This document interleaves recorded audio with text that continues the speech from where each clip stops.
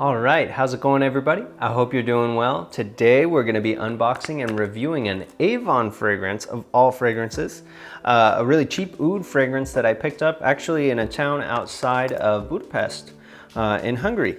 So this is Avon Absolute by Elite Gentleman. That's the full name. It's a little bit strange, but bear with me here. I picked it up for around $10 US, and I'll look and see if I can find a link online. I'm sure you can get it in the United States as well, but I got this one when I was in Hungary on my recent vacation.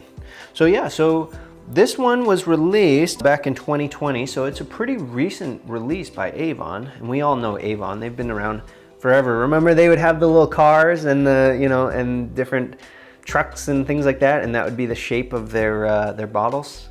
Anyway, so that was what they did back in the day. Now they have kind of a more modern take on it. They're reformulating things and doing new fragrances. So I figured, hey, I'll give it a try, see how Avon's doing these days. This one actually scored well. It scored a 4.16 out of 5 on Fragrantica. The notes of this one are simple. It's just top notes of oud, which is agar wood, right?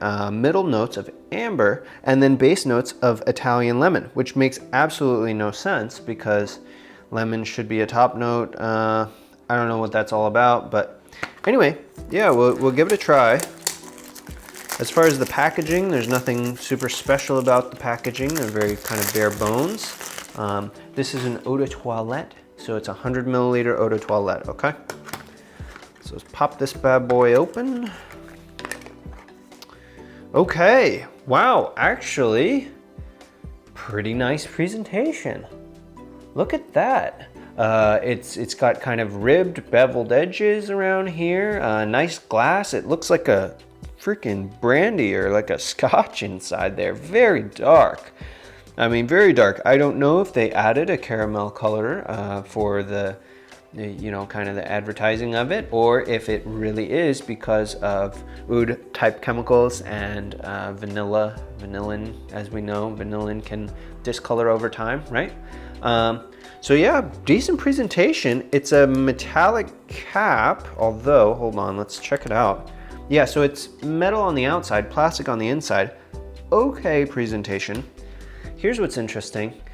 The atomizer itself is plastic, and then the color is metal around it. But yeah, it's a plastic, it's a black plastic one, so it doesn't actually match up with the color, but that's okay. It actually kind of has a cool colorway because of that. So yeah, decent presentation. I would give it maybe an 8 out of 10 presentation. So yeah, so let's give it a spray.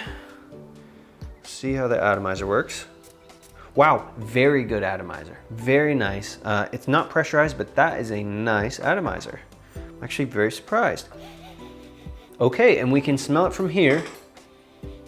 A very strong oud note. So this is a nice kind of modern take on the oud. Let's see if anybody's saying it smells like any other oud fragrances.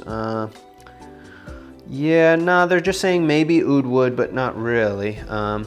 And I agree, this is not super similar, but it does have the oud, so obviously it has to be sort of similar. So here's the thing about oud, guys.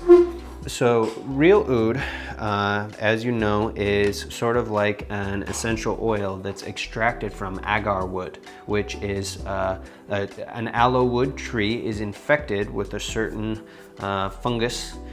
And then in a retaliation efforts, the tree creates this sap, which is an oleoresin, right? So it's an oily resin that is to protect and kill the fungus and fight it off. So it exudes this nasty goop to protect itself. So people, it happens sometimes out in nature naturally, but nowadays they'll be drilling holes and then they'll be shoving gunk in there to infect it and then create these patches of this oily resinous wood, which is called agar wood. And then they take that black agar wood and then they make the oud out of it. But it's so expensive. I mean, imagine that process. So it's super, super expensive. Most of the time you're not smelling real oud. I would say 99.999% of the time you're not smelling real oud. I have some real oud. I got a little sample of it, a little like 1 milliliter thing. It was expensive. But most fragrances aren't gonna be using real oud. They're gonna be using a concept of oud. So that's woody notes, dark notes. They'll use a lot of vetiver type molecules. You can use vetiver or you can use cypriol, that kind of a thing. Nagarmotha, right? Things like that that give the idea of what we think oud smells like, because 99% of the population has never and will never smell real oud in their life. Just because it's so expensive and it's just like not even really a thing.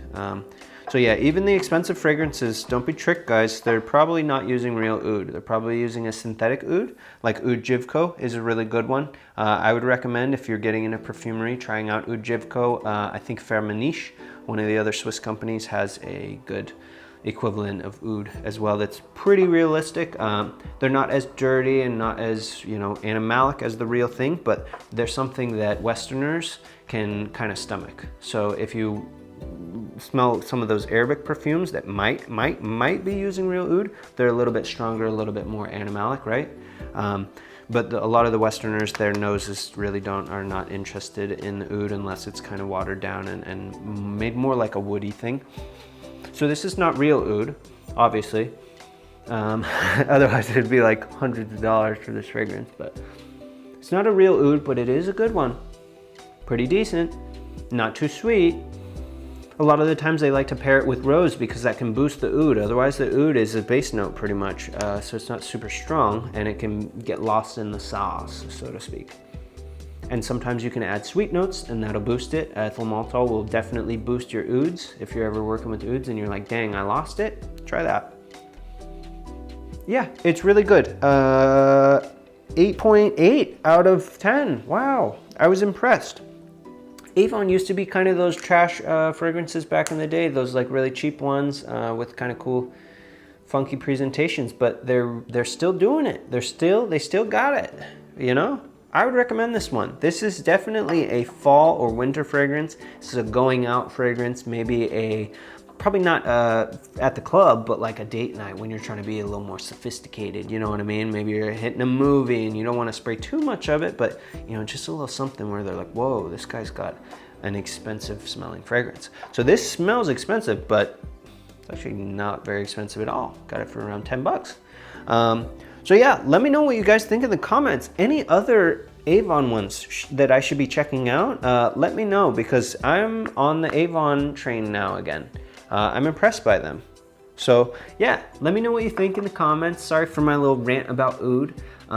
Hope that was interesting for you. Yeah, have a good one guys. Thanks for watching.